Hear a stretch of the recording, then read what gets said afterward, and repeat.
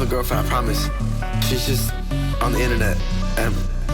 The act of dating somebody and pursuing a relationship entirely through the internet, it's something that has risen exponentially with my generation and anyone going forward. With social circles and communities relying so heavily on the World Wide Web, it's a given that love and intimacy would come along with that fat package too. To define e-relationships, let me give you one. It can be a relationship that develops online with no face-to-face element and are no plans for ever meeting up in the real world, or a case where you end up meeting them anyways, but same shit. The biggest boom of internet relationships, or e-dating, really started in the 80s. Dating services such as Great Expectations were created, which was like video dating. And then in the 90s, you had more dating websites to meet and talk with people online. In the early 2000s, you had eHarmony, Friendster, and OkCupid. So now we're getting to the good stuff. Then in the 2010s, we got dating apps, but we're not talking about those. So instead, in 2015, we got Discord. The greater being after Skype died. It was a great pathway for many people to meet others and accidentally fall in love with other e-users, me included, multiple times. The concept of e-dating is having a partner completely on the net. You have matching profile pictures, you call at night, and you play games together all day on Discord. Of course, the word e-dating is versatile and fluid. It can mean you have a partner online that you specifically date online forever, or you date them for a long time and you meet up on occasion. But e-dating, internet dating, e-couples typically are the types that specifically date online. The movie nights through screenshare in a mutual Minecraft server, or alternatively, being a music artist and recording about how you miss your e-girl. I watch you in my world, and every time I see the screen it makes me hurt. I need you in my room, not all my life. And when we call, I think about it all the time. I'm sitting thinking what a shame, cause Discord calls are not the same. The distance is all we can blame, but do I even know you though?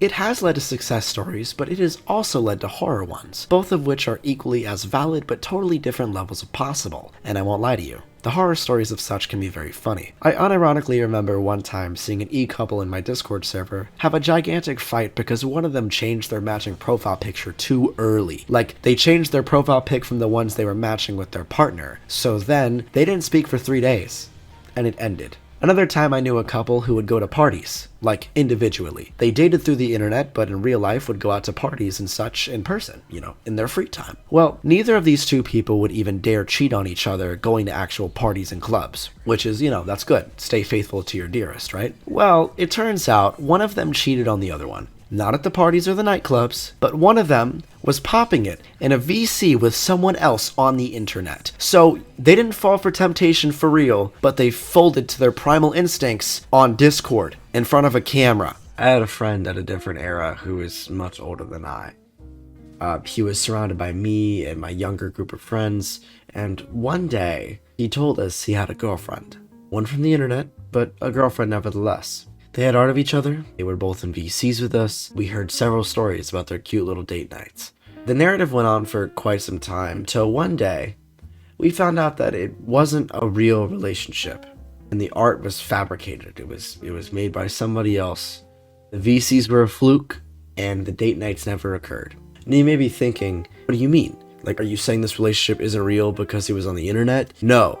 I mean that he created fake accounts and used a fucking voice changer to communicate with us as her. He fabricated an entire fake girlfriend story on the internet to impress a bunch of kids that didn't even have peach fuzz yet. With the horror stories, there are also ones that are botched successful no matter the age. So take what I'm saying with a grain of salt. Don't mistake what I'm saying as me saying long distance relationships aren't valid. They are. There's just certain things that put a stain and create a stigma. You can admit when things are a bit silly or ridiculous without having malicious intent, like me right now. Comedy aside, I do believe that internet relationships can be a valid accommodation. I know many people who have found love and constantly yearned through the net, and have for years, as a valid substitution for your casual bar crawl. It's something that can provide a sense of security and good experiences for certain people. For those that are a recluse, or just anyone who finds out the system just works for them. There's claims that internet relationships aren't valid, or they're harmful to some. But I don't think it needs to be said that some things work for some people and other things don't. But I believe attempting to demolish long distance or e-relationships just because it doesn't work out for you doesn't make it any more objective. It's still subjective. I've done them in the past. I've tried the long distance, and I've also had my Roblox girlfriends. I've done both in my time, and although the scale is long, I don't think the best route to go is to dog on people for dating on the internet. There are many scenarios where you can have certain situations or meet specific people online that you wouldn't anywhere else. It could be eye-opening and different. Where you find that dynamic online, maybe that can't quite click in the same city, and that's totally valid. The topic of dating on the internet has become so vast and popular that 65% of people in their 20s prefer to meet digitally. And with Discord, there's no shortage if you simply search. 300,000. So it's quite a big community. And if you look it up anywhere else, you'll see a lot of people and information. Validity is based upon us, upon you, and I think this speaks levels. I believe internet relationships can be just as valid as ones that are purely physical. It raises the question, what makes it invalid? Is it because they aren't in the same physical distance all the time or ever? To me, that puts a label and regulations on how we define love and commitment, which isn't fair in itself. That's a bit cruel. Because love and commitment isn't defined by the external world or other parties' jurisdiction, just by the people involved and how you view yourself. E-relationships are valid just like anything else. Horror stories, I said, are unfortunately true, but everything has their tall tales. They can be funny, but also they can be valid. Thank you to my patrons, Yosarian, Lucy, and Mimi Diggs, and I'll catch you next time. Mwah! And every time I see the screen, it makes me hurt. I need you in my room, not all my life. And when we call, I think about it all the time. Yeah, I told you I have a girlfriend. She's calling me right now. Facts, type shit.